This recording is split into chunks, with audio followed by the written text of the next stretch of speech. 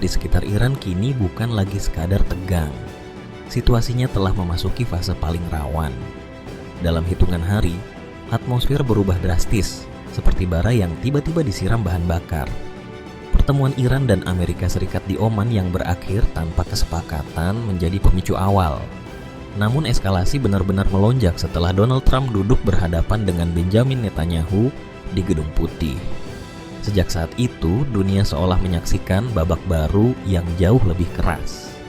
Washington dikabarkan bersiap mengerahkan kapal induk kedua, USS George H.W. Bush, untuk bergabung dengan USS Abraham Lincoln yang hampir sebulan penuh bersiaga di Teluk Persia. Kehadiran dua kapal induk dalam satu kawasan bukan sekadar rotasi militer rutin, itu merupakan sinyal terbuka. Amerika tengah menyiapkan opsi serangan besar dengan intensitas maksimal. Kapal induk bukan sekadar kapal perang. Ia adalah kota militer terapung, pusat komando strategis, landasan jet tempur, sekaligus simbol proyeksi kekuatan paling dominan di lautan. Dan ketika dua raksasa ini berlayar berdampingan, pesannya jelas. Amerika ingin menunjukkan bahwa mereka siap menghantam kapanpun diperlukan.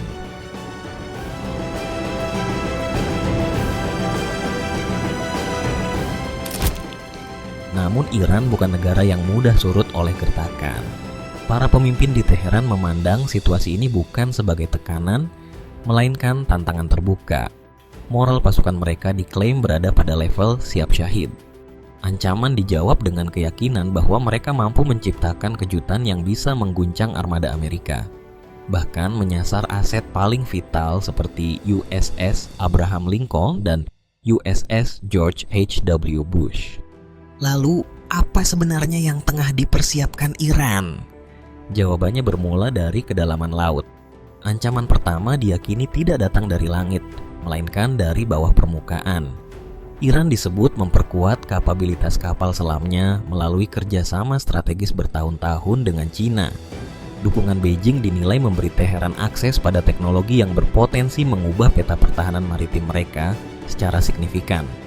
Salah satu yang paling diperhitungkan adalah Type 095, kapal selam serang nuklir generasi terbaru milik Cina. Platform ini dilengkapi peluncur vertikal untuk rudal anti kapal YJ-18, bahkan rudal hipersonik yang secara teori mampu melumpuhkan kapal induk dalam satu serangan presisi. Type 095 juga dikabarkan sanggup bertahan di bawah air hingga 90 hari tanpa perlu muncul ke permukaan, menjadikannya rival sepadan bagi kapal selam nuklir kelas Virginia milik Amerika. Iran juga disebut menyiapkan Type 093B yang dilengkapi 24 sel peluncur vertikal untuk rudal YJ-12 atau YJ-18 serta 6 tabung torpedo berdiameter 533 mm. Platform ini dirancang untuk memburu kapal permukaan maupun kapal selam lawan dengan daya hancur yang lebih presisi dan efisien. Dan bukan hanya China. Rusia, sekutu strategis lainnya, dikabarkan telah lebih dulu mengirim kapal selam Akula, salah satu predator bawah laut paling canggih yang pernah dikembangkan Moskow. Akula memang dirancang untuk memburu kapal induk, bergerak senyap, mendekat tanpa terdeteksi, lalu menghantam sebelum lawan sempat bereaksi. Jika seluruh elemen ini dipadukan dengan armada Iran yang telah lama beroperasi, Fateh, Tarek, Nahang, hingga Gadir, maka Selat Hormuz berpotensi berubah menjadi zona paling mematikan. Di perairan sempit itu, kapal induk Amerika tak lagi tampak sebagai raksasa yang tak tersentuh, melainkan sasaran strategis.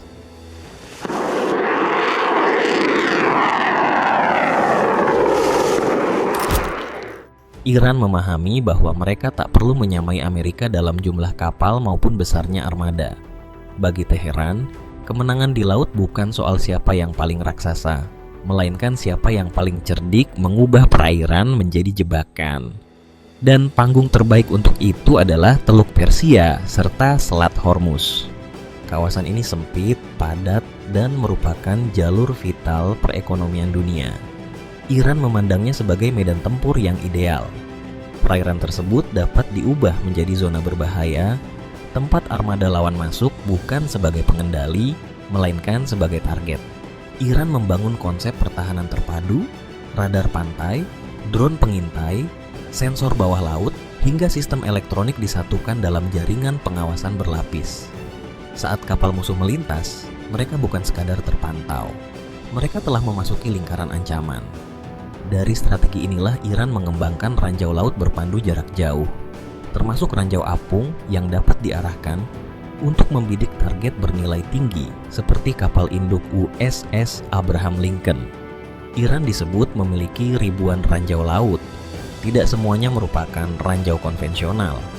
Sebagian telah masuk kategori ranjau pintar dengan sensor khusus yang mampu mengenali kapal berukuran besar seperti kapal perusak maupun kapal induk.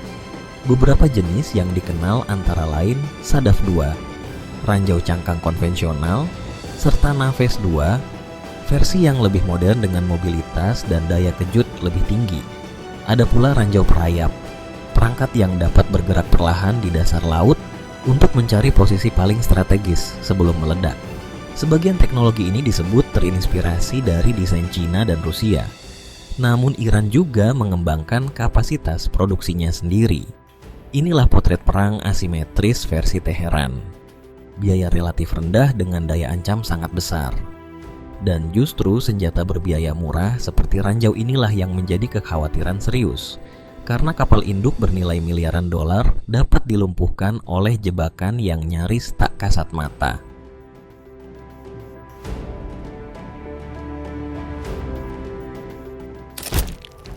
Namun Iran tidak semata mengandalkan senjata tersembunyi.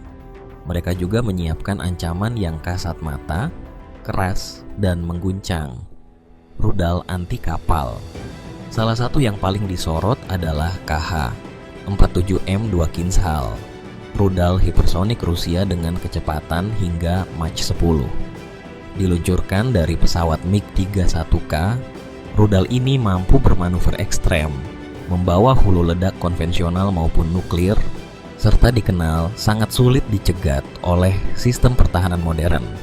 Selain itu terdapat P-800 Onyx, rudal supersonik berkecepatan sekitar Mach 2,5 dengan jangkauan kurang lebih 300 km. Rudal ini terbang sangat rendah di atas permukaan laut untuk menghindari radar, sehingga kapal lawan kerap memiliki waktu reaksi yang sangat terbatas. Iran juga disebut menjalin kerjasama dengan Cina melalui YJ-12, rudal supersonik yang mampu menghantam kapal perang dari jarak lebih dari 400 km dengan manuver agresif untuk mengecoh pertahanan. Dengan kombinasi ranjau pintar dan rudal anti kapal ini, kapal induk Amerika di Teluk Persia tak lagi sekadar simbol dominasi, melainkan sasaran yang terus dibayangi ancaman tenggelam.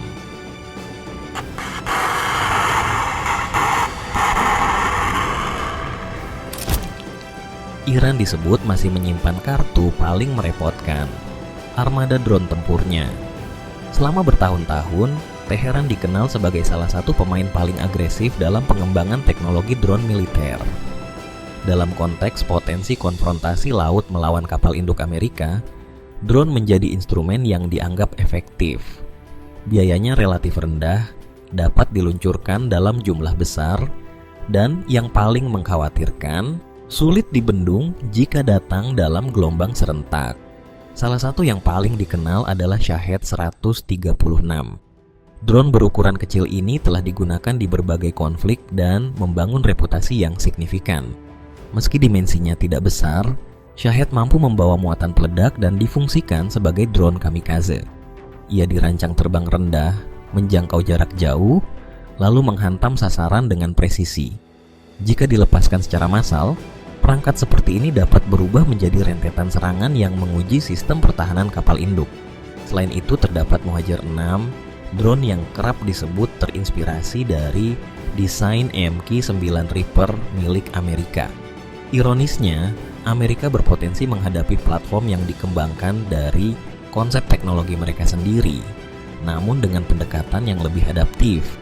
Mohajer 6 dapat beroperasi dalam pola swarm, melancarkan serangan terkoordinasi sambil mengirimkan data pengintaian secara real time. Dalam skenario paling ekstrim, drone ini juga dapat difungsikan sebagai wahana serang untuk membidik USS Abraham Lincoln maupun USS George H.W. Bush.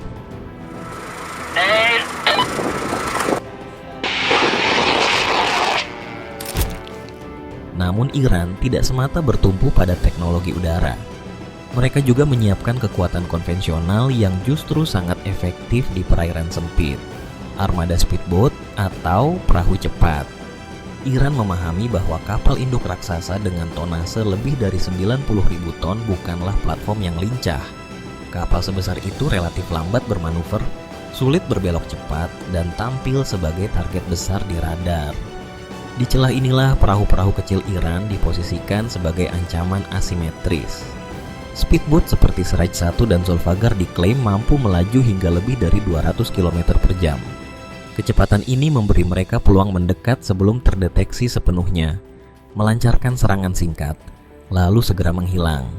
Inilah taktik klasik hit and run yang dirancang untuk menguras fokus dan daya tahan pertahanan armada besar. Siraj 1 dan Zulfagar bukan sekadar kapal ringan tanpa daya gigit. Keduanya dirancang tetap stabil bahkan dalam kondisi laut yang keras. Sistem persenjataannya diklaim tetap efektif pada gelombang hingga 1,5 meter, menjadikannya instrumen tempur yang berbahaya di perairan Teluk Persia yang kerap bergelombang. Ditambah rudal anti kapal jarak pendek dan menengah, platform ini berpotensi menjadi ancaman langsung bagi armada lawan. Iran menyadari sepenuhnya bahwa yang dihadapi adalah militer terkuat di dunia. Mereka hampir pasti tak akan memilih jalur konvensional. Karena itu, strategi yang ditekankan adalah kelincahan dan skala. Serangan kerumunan, kombinasi drone dan speedboat, memecah fokus radar musuh, serta menguras kapasitas analisis pertahanan Amerika. Dalam lanskap seperti ini, bukan selalu kekuatan terbesar yang unggul, melainkan pihak yang paling sulit ditebak.